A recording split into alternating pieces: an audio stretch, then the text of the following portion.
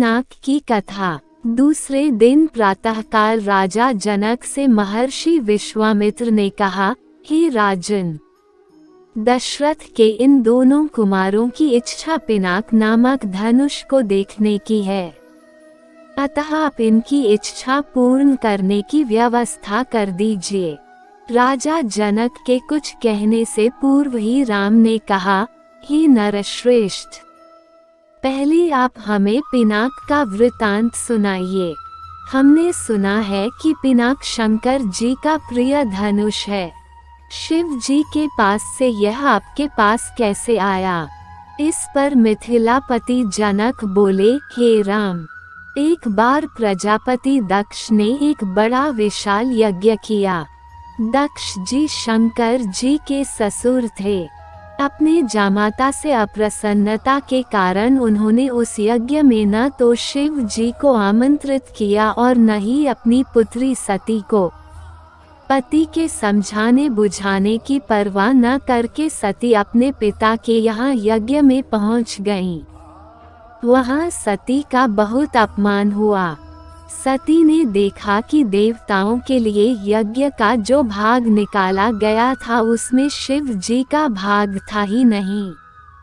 इससे क्रुद्ध होकर सती ने यज्ञ कुंड में कूदकर अपने प्राण त्याग दिए।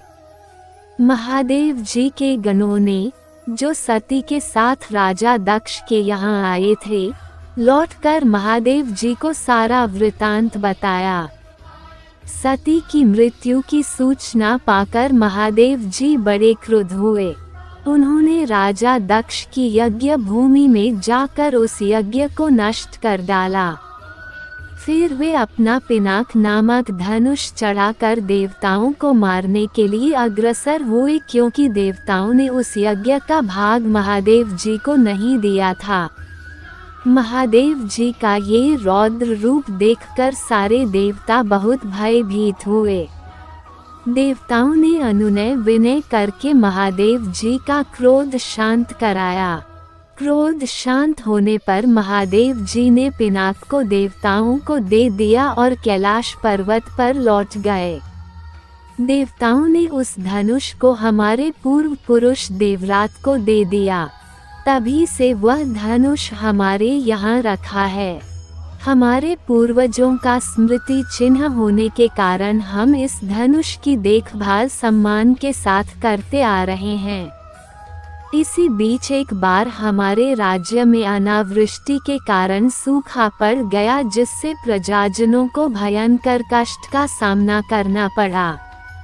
उस कष्ट से मुक्ति पाने के लिए मैंने एक बहुत बड़ा यज्ञ किया। पुरोहितों के आदेशानुसार मैंने अपने हाथों से खेतों में हल चलाया। हल से भूमि खोदते खोदते भगवान की इच्छा से मुझे एक परम रूपवती कन्या प्राप्त हुई। उसे मैं अपने राजमहल में ले आया और उसका नाम सीता रखकर अपनी पुत्री के समान उसका लालन पालन करने लगा। जब सीता किशोरावस्था को प्राप्त हुई तो दूर दूर तक उसके सौंदर्य एवं गुणों की ख्याति फैलने लगी। देश देशांतर के राजकुमार उसके साथ विवाह करने के लिए लालायित होने लगे। मैं अद्भुत पराक्रमी योद्धा के साथ ही सीता का विवाह करना चाहता था, अतः मैंने ये प्रतिज्ञा कर ली कि शिव जी के धनुष पिनाक पर प्रत्यंचा चढ़ा देने वाला वीर राजकुमार ही सीता का पति होगा। मेरी प्रतिज्ञा की सूचना पाकर सहस्त्रों राजकुमार और राजा महाराजा समय समय पर अपने बल की परीक्षा करने के लिए यहाँ आए, किंतु पिनाक पर प्रत्यंचा चढ़ाना तो दूर, वे उसे तिल भर खिसका भी न सके। जब वे अपने उद्देश्य में इस प्रकार निराश हो गए तो वे सब मिलकर मेरे राज्य में उत्पात मचाने लगे। मेरे प्रदेश को चारों ओर से घेर लिया और निरीह प्रजाजनों को लूटकर आतंक फैलाने लगे। मैं अपनी सेना को लेकर उनके साथ निरंतर युद्ध करता रहा। वे अनेक राजा थे, उनके पास सेना भी बहुत अधिक थी, इसलिए इस संघर्ष में मेरी बहुत सी सेना नष्ट हो गई। इस पर मैंने भगवान को सहारा मानकर उनकी तपस्या की।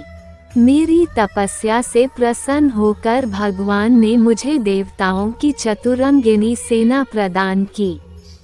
उस सेना ने आत्ताई राजाओं के साथ भयंकर युद्ध किया और सभी उपद्रवी राजकुमारों को भगाया। उनके भाग जाने के बाद मैंने सोचा कि एक विशाल यज्ञ करके इस अवसर पर ही अपनी प्रतिज्ञा पूरी करूं और सीता का विवाह कर निश्चिंत हो जाऊं। इसीलिए मैंने इस महान यज्ञ का आयोजन किया है। अब जो कोई भी महादेव जी के इस धनुष की प्रत्यंचा चढ़ा देगा, उसी वीर पुरुष के साथ मैं अपनी अनुपम गुणवती पुत्री सीता का विवाह करके निश्चिंत हो जाऊंगा।